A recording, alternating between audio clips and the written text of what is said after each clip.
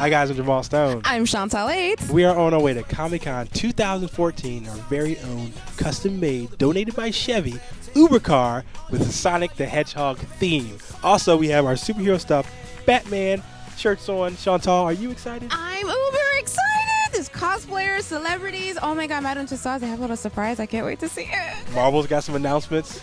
You're going to see a whole bunch of panels. I'm excited. I can't wait. You ready to go inside? I think it's going to be uber awesome. Let's go. Let's go.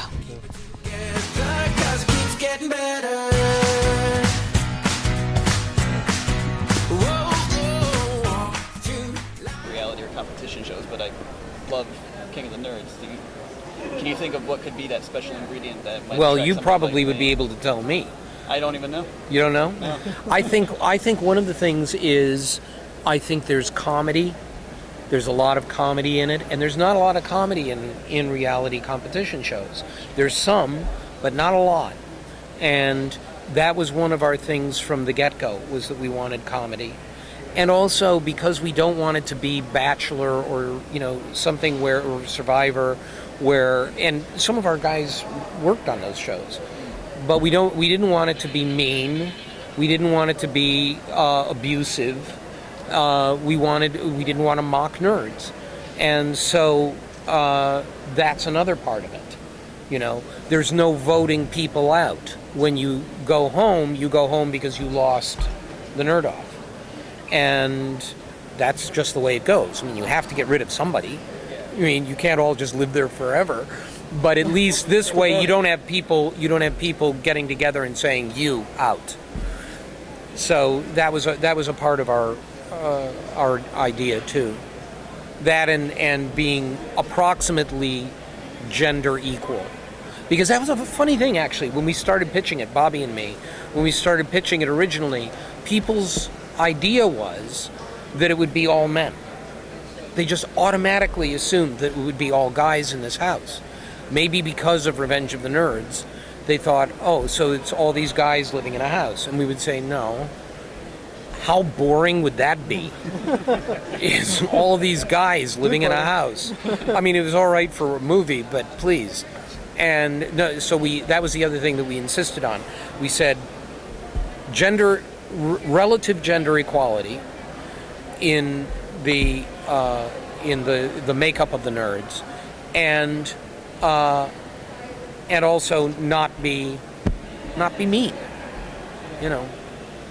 and that's the way we hopefully have gone. What advice do you have for people that are just genuinely intimidated? Like, say if you're a comic book nerd or a gaming person, and you have the neuroscientists and the astrophysicists and all those people.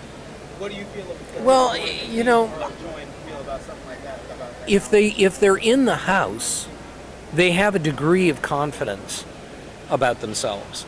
And they may have these conversations with people who have, our PhD. We have 3 PhD. Robert probably told you. We have 3 PhDs in this new set of nerds. And then we've got people who are, read comic books. So it's a range of people.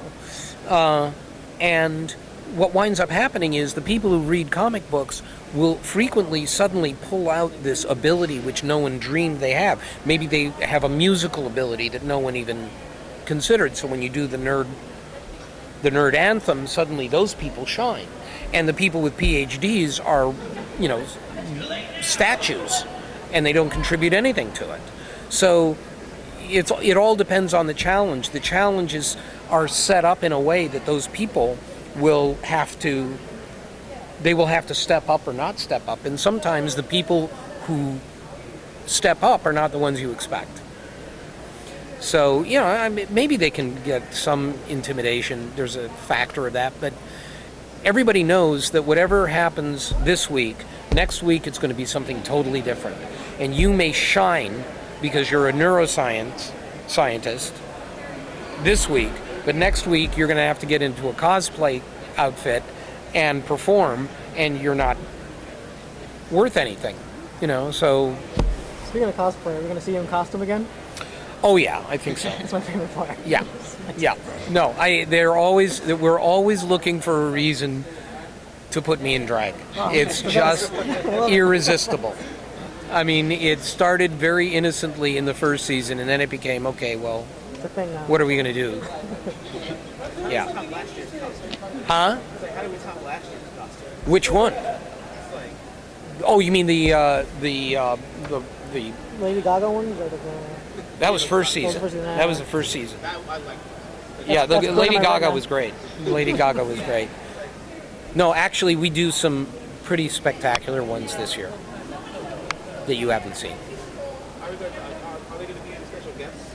Mm-hmm. We've got some great ones, but we can't mention any of them except for Yaya Han, who was with us both previous seasons. She comes back this season, and she's going to be with us at the panel today. But she's the only one I can mention. Any guesses? If I throw people out there, would you be able to like Good luck. They're not necessarily the ones you would expect. Adam West? Good guess. It's wrong, but it's a good guess. It's like, isn't that cute when it's wrong? Yes. I asked Bobby this question before. Revenge of the Nerds for me and Jeff. It's probably like the one movie that defines us. Like that, we grew up with that movie. That's our mantra. Mm-hmm. That's where we come from. I asked Bobby this question: what movie for you growing up was your mantra? And you go back and say, "This is me on film. This is where I come from." Wow. I don't know that I have one, but my movies were all from the 20s and 30s and 40s. I didn't, when I was born in 53, so by the time like 1960, when I was really watching movies on television, I was watching these packages from Universal, especially the horror films and the mystery films. I loved those. I still love those.